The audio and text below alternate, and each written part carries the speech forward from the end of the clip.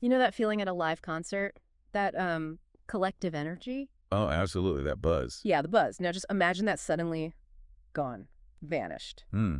Well, today we're doing a deep dive into how a massive global event had this really unexpected impact on a very specific cultural scene in Japan. Right, the live underground idols. Exactly. High energy performers, smaller venues, really, really dedicated fans. It's quite a unique subculture. It really is.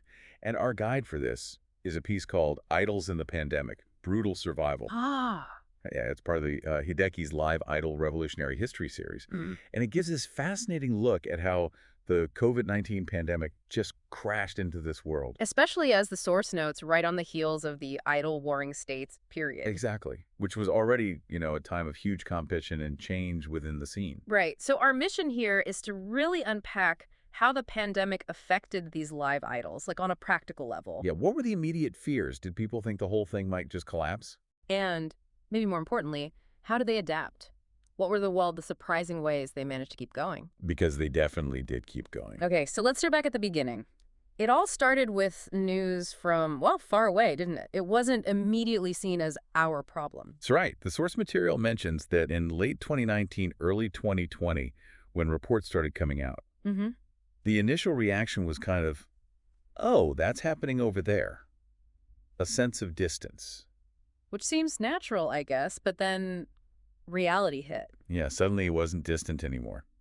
We're talking a 3-year global pandemic. Mm. And the text is pretty blunt, calling the impact profound and devastating, especially for entertainment. It even compares it to the restaurant industry, which really tells you something about the severity. It does. And there's this interesting point about perception, too. How so? Well, the text contrasts it with the response after the Great East Japan earthquake.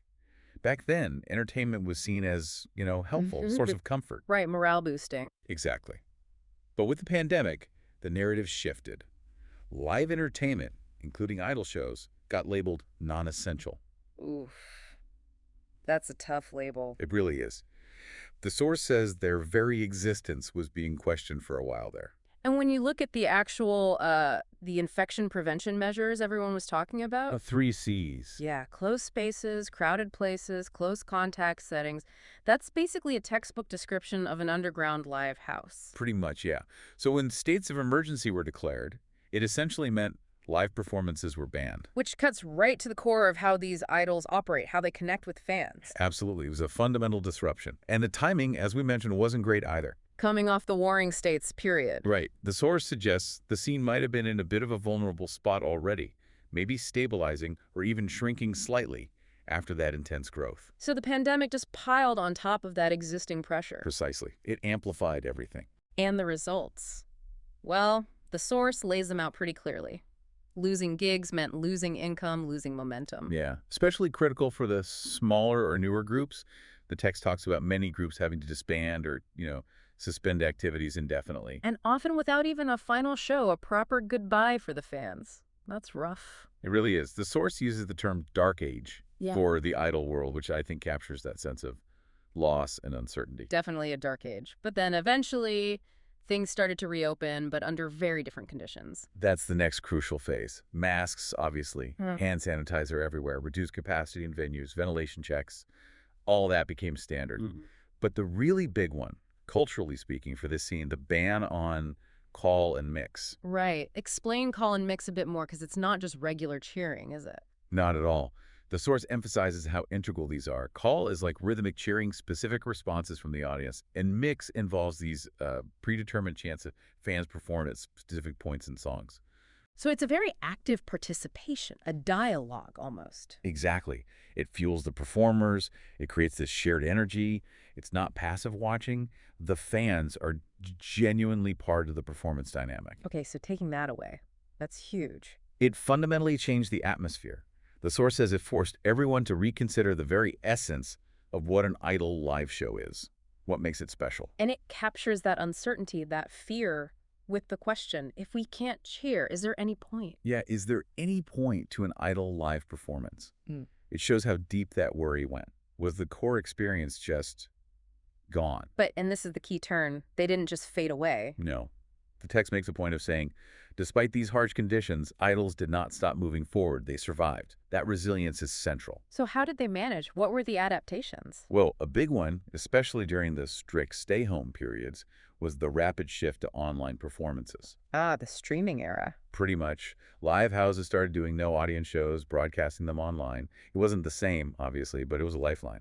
Kept them visible, kept some connection going. Exactly. It kept the scene alive, even if it was through a screen. And what about performing without that vocal feedback, the calls? How did that change things on stage? That's really interesting. The source suggests that challenge actually pushed idols to, well, step up their game in other areas. Like what?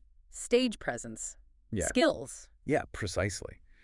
Without relying on the energy coming back from the crowd via calls, they had to work harder on their singing, dancing, their overall stage presence, finding different ways to connect and captivate. So necessity breeding invention, in a way. Kind of.